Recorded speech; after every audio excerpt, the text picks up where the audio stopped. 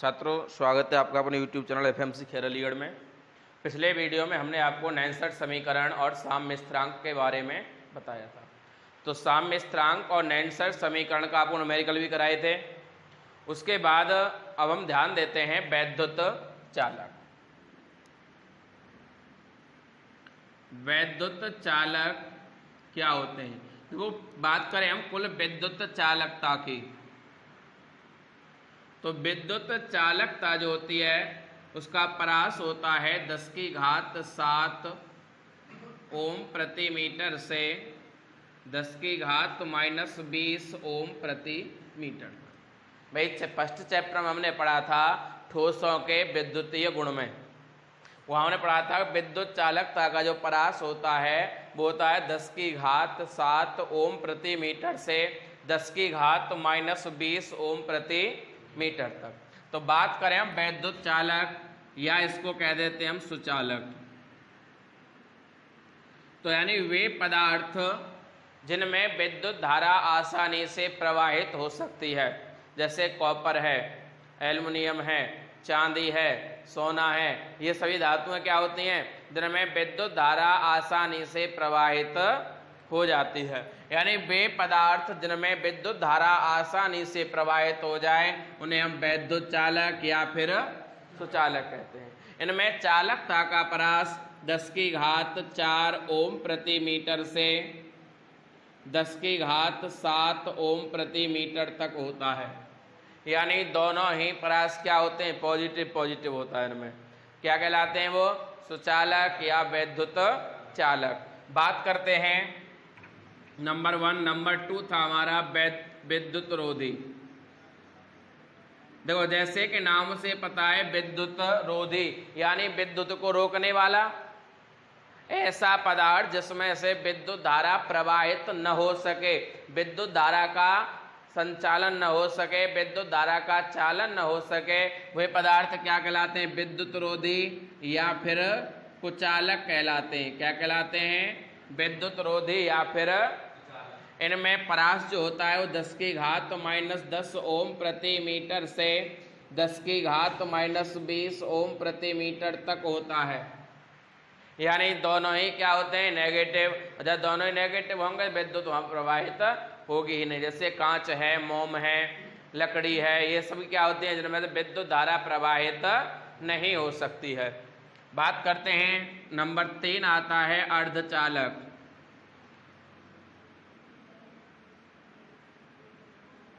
अर्धचालक क्या होते हैं? जिनमें से कुछ कंडीशन में विद्युत धारा प्रवाहित हो सकती है और कुछ कंडीशन में विद्युत धारा प्रवाहित नहीं हो सकती है। यानी इनका जो परास होता है वो 10⁻4 ओम प्रति मीटर से 10⁻−6 ओम प्रति मीटर तक होता है। यानी कुछ पॉजिटिव तो कुछ। जब पॉजिटिव से धारा प्रवाहित हो रही है तो ये चालक का काम करते हैं, और जब नेगेटिव पार्ट से हो रही होती है तो ये कुचालक का काम करते हैं। यानी ये दोनों का बिटवीन पॉइंट होता है, सेंटर पॉइंट होता है चालक और सुचालक का, जहाँ पर कुछ चालक भी होते हैं और कुछ अचालक भी होते हैं। तो इन दोनों को मिलाकर के क्या बनता है? अर्धचालक। तो परास के अकॉर्डिंग जहाँ दोनों पॉजिटिव हैं तो चालक, जहाँ दोनों नेगेटिव हैं तो कुचालक, जहाँ पॉजिटिव नेगेटिव दोनों का मिश्रण है वहाँ पर क्या होगा? अर्धचालक। अर्धचालक का एग्जाम्पल लें तो गीली लकड़ी।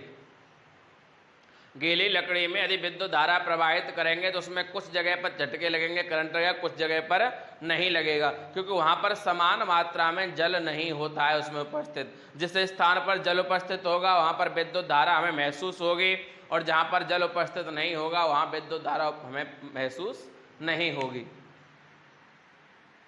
एक बात करते हैं आगे।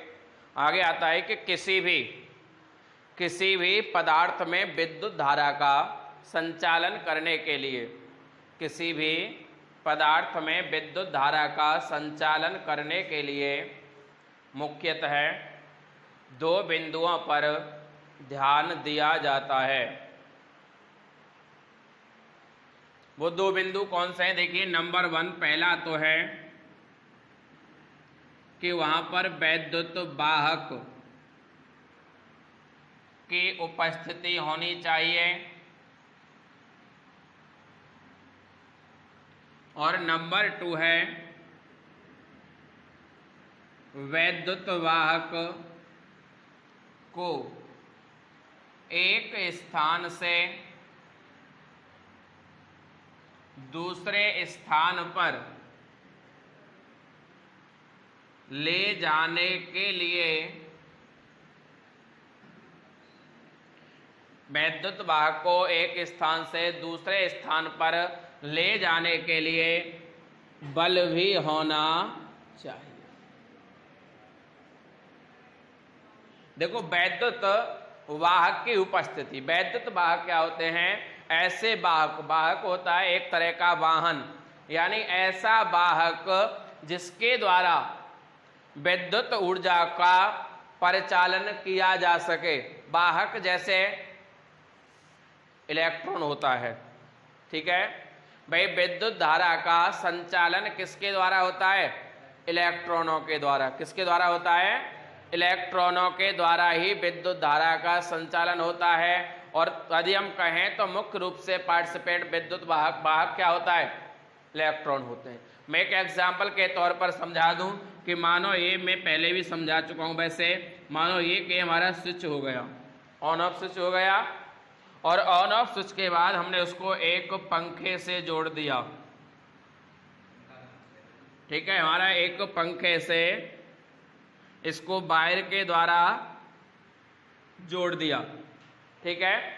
अब क्या होता है कि जो आपने पढ़ा होगा कि परमाणु, ये क्या हो गया? परमाणु, और परमाणु के केंद्र पर होता है नाभिक। परमाणु के केंद्र पर होता है नाभिक।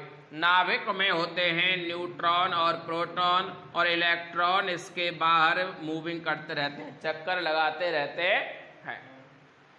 तो ध्यान दीजिए भाई, न्यूट्रॉन और प्रोटॉन तो उसके केंद्र में बंद हो गए। अब उसमें करंट को प्रवाहित कौन कर रहा है? एक जगह से जो दूसरी जगह लेके कौन जा रहा है? इलेक्ट्रॉन लेके जा रहा है। और इलेक्ट्रॉन से आवेशित होता है प्रोटॉन इसके अंदर, परिधि के अंदर। भाई इलेक्ट्रॉन घूम रहे हैं तो प्रोटॉन अंदर आवेशित होगा, और उससे हमारा जो भी उपकरण है, बल्ब है तो बल्ब जलता रहेगा, पंखा है तो पंखा चलता रहेगा, जो भी उपकरण है वो अपना काम कंटिन्यू करता रहेगा। बात करें पंखे के लिए, एग्जाम्पल ले रहे थे, तो हमेशा जब भी हम स्विच ऑन करते हैं, स्विच ऑन करने पर जो हमारे इलेक्ट्रॉन होते हैं वो रिलीज होते हैं स्विच से। स्विच को हमने यहाँ से ऑन किया तो यहाँ से कौन निकल के भागेगा? इलेक्ट्रॉन निकलेंगे। कौन निकलेगा? ध्यान दीजिए, पंखा बंद है, ये पंखा क्या है? स्विच ऑफ है तो पंखा बंद रहेगा।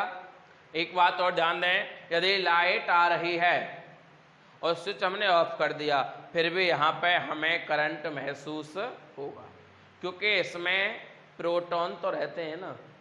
जब लाइट चली जाती है तभी यहाँ से प्रोटॉन डेड होते हैं, अन्यथा लाइट आने पर प्रोटॉन उपस्थित रहते हैं। मानो ये तार 5 मीटर लंबा है, 5 मीटर का सेंटर क्या हो जाएगा? 2.5 मीटर इधर और 2.5 मीटर इधर, दोनों तरफ 2.5 मीटर काट करके मानो ये इसका सेंटर हो गया। होगा नहीं होगा? भाई 5 मीटर का मतलब टोटल तार है स्विच से और पंखा तक, उसमें सेंटर कहाँ होगा? 2.5 मीटर इधर छोड़ दो, 2.5 मीटर यहाँ पर कौन रह गया? प्रोटॉन। जब स्विच बंद होगा, स्विच ऑफ होगा, उस समय प्रोटॉन कहाँ होंगे? सेंटर पर, ठीक है। जैसे ही स्विच ऑन करेंगे तो यहाँ से इलेक्ट्रॉन निकल के भागेंगे, और वो इलेक्ट्रॉन जैसे ही यहाँ से रिलीज होंगे, प्रोटॉन निकल के कहाँ पहुँच जाएगा? सेंटर में। और जैसे ही प्रोटॉन यहाँ पहुँचेगा, पंखा, बल्ब, टीवी, कूलर जो भी है वो अपना काम शुरू कर देगा प्रोटॉन को यहाँ पहुँचते ही। और इलेक्ट्रॉन तब तक यहाँ पहुँचेगा तब तक ये चल चुका होगा, अपना काम शुरू कर चुका होगा। तो इलेक्ट्रॉन क्या करेंगे? फिर बाहर चक्कर मारते रहेंगे, पर उन्हें अंदर जाने की जगह नहीं मिलेगी। अब कभी कभी क्या होता है कि ये जो सिस्टम होता है, ये सिस्टम फ्यूज भी तो हो जाता है, फूक भी तो जाते हैं। क्यों? बार बार स्विच को ऑन ऑफ करो, बार बार स्विच ऑन ऑफ करने से क्या होता है, प्रोटॉन्स अपनी गतिविधि भूल जाते हैं और यही रुके रह जाते हैं, और इलेक्ट्रॉन आकर के उसको पकड़ लेता है, तो या तो केबल फूक जाती है, आकर के उसको पकड़ लेता है तो या तो केबल फूक जाती है या फिर उपकरण फूक जाता है।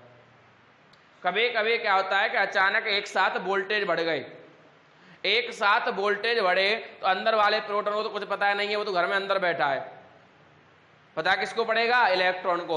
और इलेक्ट्रॉन की जो गति है वो ऐसे घूम रहा है, बहुत तेज गति से घूमने लगेगा, तेज गति से घूमने के कारण इलेक्ट्रॉन इसके अंदर प्रवेश कर जाते हैं, उनका वेग, उनकी शक्ति इतनी बढ़ जाती है कि उस बाउंड्री लाइन को क्रॉस कर जाते हैं, और बाउंड्री लाइन क्रॉस हो तो क्या होगा, सीधे चौका छक्का लगेगा यार। तो अब क्या होगा, ये इसके अंदर एंट्री, और अंदर एंट्री करते ही इलेक्ट्रॉन और प्रोटॉन दोनों आपस में मिल जाएंगे, और दोनों आपस में मिलेंगे तो क्या होगा, कोई रिएक्शन तो होगी भैया, नेगेटिव पॉजिटिव मिलेगा तो वहां क्या होगी, रिएक्शन होगी, एक विस्फोट होगा, एक स्पार्किंग होगी, जिसके चलते जो उपकरण है वो फूक जाएगा। ठीक है भाई, जहां नेगेटिव पॉजिटिव दो तार ले लें, दोनों तार को आपस में जोड़ेंगे तो वहां भी तो विस्फोट होता है। बात करें तीसरी कंडीशन की, कभी कभी क्या होता है कि अचानक वोल्टेज डाउन, अचानक वोल्टेज, भाई हमने पढ़ा है कि पहले कक्षा में 2 इलेक्ट्रॉन होते हैं, मान लिया कि एक इलेक्ट्रॉन को यहां से यहां तक आने में 20 सेकंड लगते हैं, कितने लगते हैं, 20 सेकंड। अब अचानक वोल्टेज हो गए बहुत डाउन, तो यही इलेक्ट्रॉन 20 की जगह 30 सेकंड में आ रहा है। जब ये वाला इलेक्ट्रॉन यहां 20 सेकंड में नहीं आया तो अंदर वाला प्रोटॉन सोचेगा कि शायद लाइट गई, शायद लाइट गई, तो वो निकल के कहां आने की कोशिश करेगा, यहां पे। जैसे ही यहां से बाहर निकलेगा वो 10 सेकंड की देरी से इलेक्ट्रॉन यहां पहुंच जाएगा, उसको रास्ते में ही पकड़ लेगा, रास्ते में पकड़ लेगा तो इलेक्ट्रॉन प्रोटॉन दोनों मिलेंगे, जब दोनों मिलेंगे तो क्या होगा, विस्फोट होगा, और जो भी उपकरण है वो हमारा फूक जाएगा। इस प्रकार आपने देखा होगा लाइट एक साथ वोल्टेज तेज हुए, बल्ब फूट गया, वो 10 रुपए वाला जो आता है, तो किस कंडीशन में होता है ऐसा, इस कंडीशन जब इलेक्ट्रॉन और प्रोटॉन किसी कारण से दोनों आपस में मिल जाते हैं। भाई एक उसका कारण वो भी होता है आकाशीय बिजली, अभी कल परसों बहुत तेज बिजली गिरी थी, शायद हमारे यहाँ खैर में भी 4-5 जानवर मरे थे उससे। तो उसका कारण क्या होता है, उसका भी यही होता है इलेक्ट्रॉन और प्रोटॉन का आपस में विस्फोट। गांव में अपने दादी माँ से कहानी सुनी होंगी, क्या कहते हैं बिजली कड़कने को, कि भगवान कृष्ण की एक बहन थी, उसने कंस ने उसको पैर से पकड़ा और पत्थर पे मार दिया, वो हाथ से उड़ गई ऊपर, उसने श्राप दे दिया और वही बिजली बन गई। यही तो कहते हैं कहानी में, ऐसा कुछ नहीं है, क्योंकि भैया जब बिजली है गुस्सा आवेगो, भगवान कृष्ण की बहन है वह गुस्सा आवेगो, तो घर जून के महीना में ठीक दोपहरी में कड़केगी, मैं गुस्सा जरूर थी, बारिश हुई तो भैया आवेगो, भयानक ठंड पड़ रही हो, पारा पड़ रहा हो, गुस्सा जब ऐसा लगता है ठंड काय पड़ रही है, ऐसी गर्मी क्यों पड़ रही है, हो सकता है ना वो बारिश में ही क्यों होता है, जब बादल होते हैं तभी क्यों होता है, उसका रीजन है कि हमारे आकाश में जो देखो ऐसे बादल होते हैं, आपने देखा होगा वो ऐसी घटना, यानी पहाड़ों जैसी रचना होती है, बादलों की रचना पहाड़ों जैसी, यानी वो क्या होता है, गैस के गुब्बारे से बने होते हैं, गैस ही तो होती है, उसमें क्या होता है, मानो ये 2 बादल हैं, एक बादल ऐसे आया, एक ऐसे आया, आपने देखा होगा कुछ बादल ऐसे आएंगे, कुछ इधर से आएंगे, आपस में एक दूसरे में फंस जाते हैं। ठीक है, वहां क्या होता है, मानो इसके पास इलेक्ट्रॉन है और इसके पास प्रोटॉन है, अब ये दोनों बादल आपस में टकराएंगे तो वहां क्या होगा, इलेक्ट्रॉन प्रोटॉन मिल जाएंगे। आपने कभी ट्रांसफार्मर पर किसी बंदर को, किसी पक्षी को मरते हुए देखा है, जब वो आपस में टच करता है तो एक बहुत बड़ा विस्फोट होता है, और विस्फोट होने के बाद चिंगारियां जमीन तक गिरती हैं, जब ट्रांसफार्मर फूकता है तो उसके आसपास नीचे तुमने घास देखी हो तो जल जाती है, उसके आसपास जो भी कोई होता है वो भी जल के मर जाता है, क्यों, क्योंकि बिजली की चिंगारियां ट्रांसफार्मर से नीचे तक गिरती हैं, और वही कंडीशन इनकी होती है। जब ये आपस में फिक्सिंग होती है तो आपने देखा होगा कभी कभी तो ऐसे बिजली कड़कती है ऐसे करके, यानी जहां ये बादल मिल रहे हैं उसी के अकॉर्डिंग, और उसमें ऐसे कभी कभी देखा होगा आपने कि बिजली कड़क गई बंद हो गई, कभी कभी सुना होगा कि वहां बिजली किसी आदमी के ऊपर गिर गई, वो आदमी मर गया, कोई जानवर मर गया, कोई पक्षी मर गया। ऐसा कभी कभी होता है। क्यों? कि जब ज्यादा हैवी विस्फोट होता है तो उसकी चिंगारियां नीचे जमीन तक आ जाती हैं, चिंगारियां नीचे जमीन तक आ जाती हैं, और जमीन में जिस पर भी पड़ जाए उसका राम नाम सत्य। भाई एक बात हम देखें कि गांव में एक अवधारणा और है, काली भैंस पे बिजली गिरेगी, काले आदमी बिजली गिरेगी, काले सांप पे बिजली गिरेगी। ऐसा कोई चक्कर नहीं है, उसको तो जो नीचे मिलेगा उसको मारेगी। अब मान तो अंग्रेज आदमी तो बिजली नहीं गिरेगी, बात बाय बाय चलिए, ऐसा कुछ नहीं है, जो भी उसके नीचे आएगा बिजली उस पर गिरनी है। तो ये जो स्पार्किंग इतनी तगड़ी होती है, कभी कभी आपने देखो आवाज इतनी तगड़ी होती है, भाई बादल कम से कम हमसे 10 किलोमीटर दूर होते हैं, और 10 किलोमीटर दूर से आवाज इतनी तेज आती है, धरती हिल जाती है, हम खाट में सो रहे हों तो उठ करके बैठ जाते हैं। तो आप सोचिए कि स्पार्किंग कितनी तगड़ी होगी, उसकी चिंगारी जमीन तक 10 किलोमीटर नीचे तक आ रही है, तो उसकी स्पार्किंग कितनी तगड़ी होगी। और कभी कभी ऐसा भी होता है कि सीधी थोड़ी सी गर्जना होती है, थोड़ी सी स्पार्किंग होती है और वहीं पर खत्म हो जाता है। यानी चिंगारी तो वहां भी बनती है पर वो जमीन तक चिंगारी आ नहीं पाती है, विस्फोट बहुत हल्का होता है। तो उस कारण अब तो यही सारी कंडीशनें डिपेंड करती है किस पर, इलेक्ट्रॉन और प्रोटॉन पर। प्रोटॉन एक जगह पर निश्चित होते हैं, इलेक्ट्रॉन क्या होते हैं, गति करते रहते हैं। तो वैद्युत वाहक क्या होता है, हमारा सबसे मुख्य इलेक्ट्रॉन होता है। कौन होता है? इलेक्ट्रॉन होता है। और बात आती है वैद्युत वाहक को एक स्थान से दूसरे स्थान पर ले जाने के लिए कौन काम करता है? एक बल भी होना चाहिए जो उसको एक स्थान से दूसरे स्थान पर ले जा सके। बल कौन सा होना चाहिए? वैद्युत वाहक बल।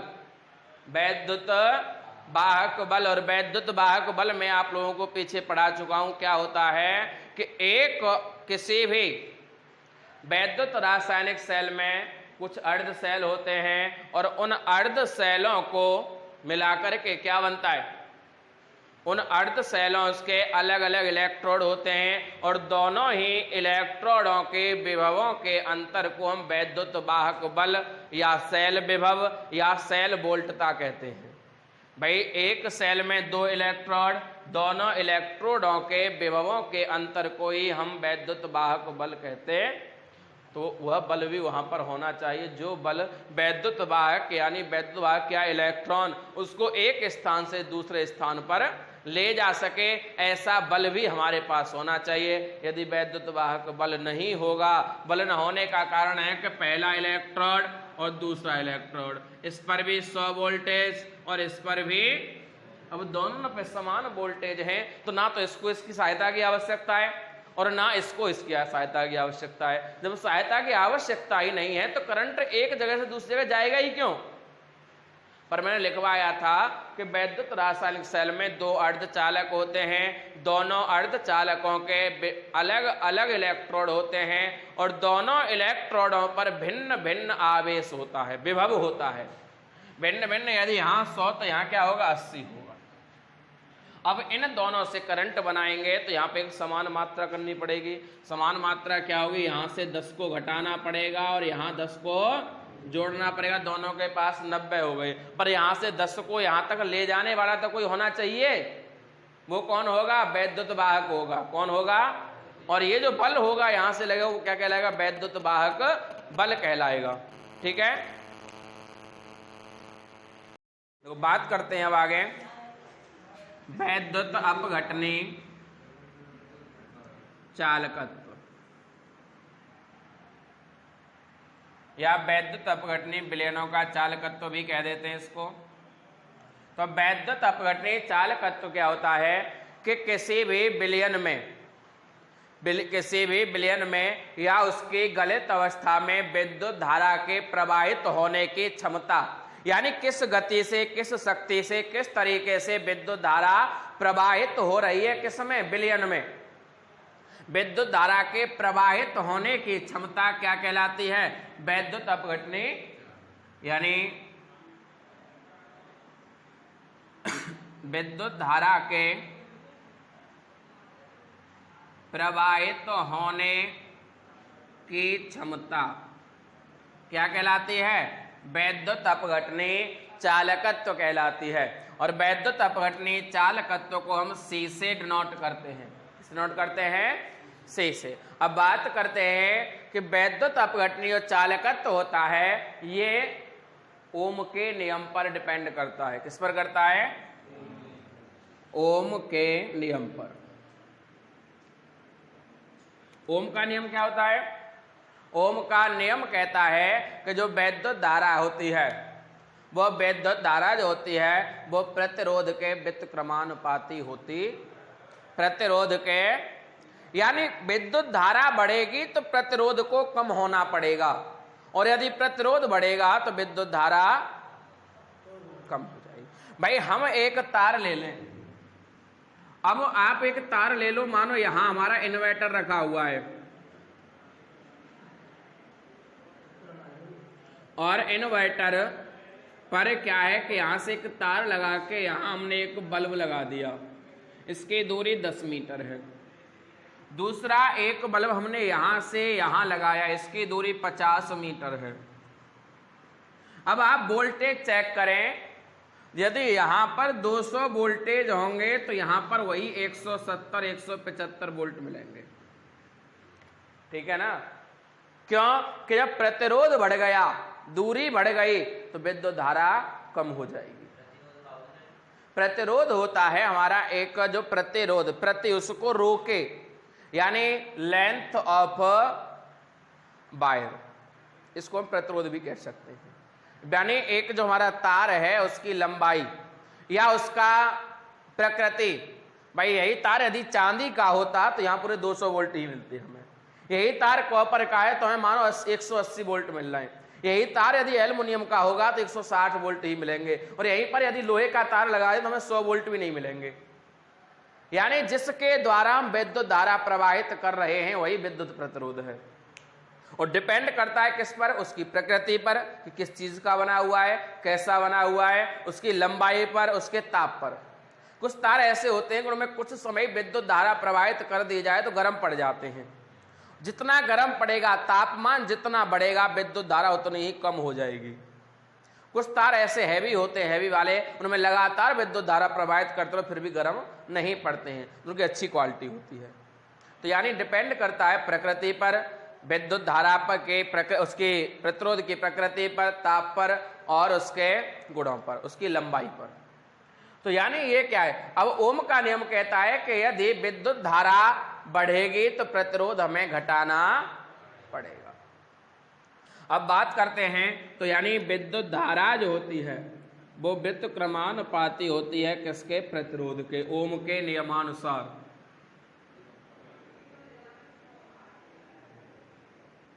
ठीक है? और I बराबर हम 1/R भी कह देते हैं इसको। और परंतु क्या होता है कि जो विद्युत धारा होती है वो समानुपाती होती है किसके? विभवांतर के। ये भी ओम का ही नियम है। भाई विद्युत धारा बढ़ेगी तो विभवांतर भी बढ़ेगा, और प्रतिरोध क्या है? वो घटेगा। प्रतिरोध के व्युत्क्रमानुपाती होती है तो विभवांतर के समानुपाती होती है। ये क्या कहता है? ओम का नियम। तो इसके अकॉर्डिंग I बराबर क्या है? B के। तो हम कह सकते हैं कि I बराबर क्या हो जाएगा? V upon R। ये तो हमने 10th में भी पढ़ा होगा, फिजिक्स में 11th में भी पढ़ा होगा, 12th में भी पढ़ोगे।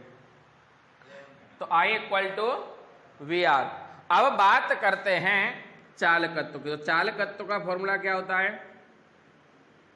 चालकत्व C बराबर होता है 1/प्रतिरोध, 1/। तो यानी हम कह सकते हैं C बराबर 1/R कह सकते हैं। अब यदि हम कह रहे हैं कि C बराबर 1/R है तो R का मान यहां से ले लें तो क्या हो जाएगा? भाई R बराबर बन जाएगा B/I। बनेगा कि नहीं बनेगा? तो यहां से C बराबर 1/R का मान B/I रख दें तो I पहुंच जाएगा, और C बराबर हो जाएगा I/B। I क्या है? विद्युत धारा। V क्या है? विभवांतर। C क्या है? चालकत्व। मैं यहां लिख देता हूं, C बराबर चालकत्व, I बराबर विद्युत धारा, R बराबर प्रतिरोध, और V बराबर विभवांतर।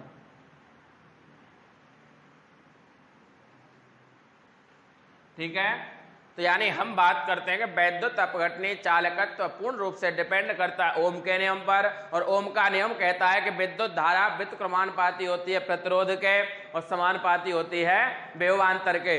तो इसी के अकॉर्डिंग I बराबर बन गया V/R, और उसके आगे चालकत्व का फॉर्मूला होता है 1 प्रतिरोध यानी 1/R, और R का मान क्या है V/I, जो हमने यहाँ रख दिया, I पहुंच गया ऊपर, तो C बराबर क्या हो गया I/B। इस प्रकार से हम समझ सकते हैं वैद्युत अपघटनीय चालकत्व को।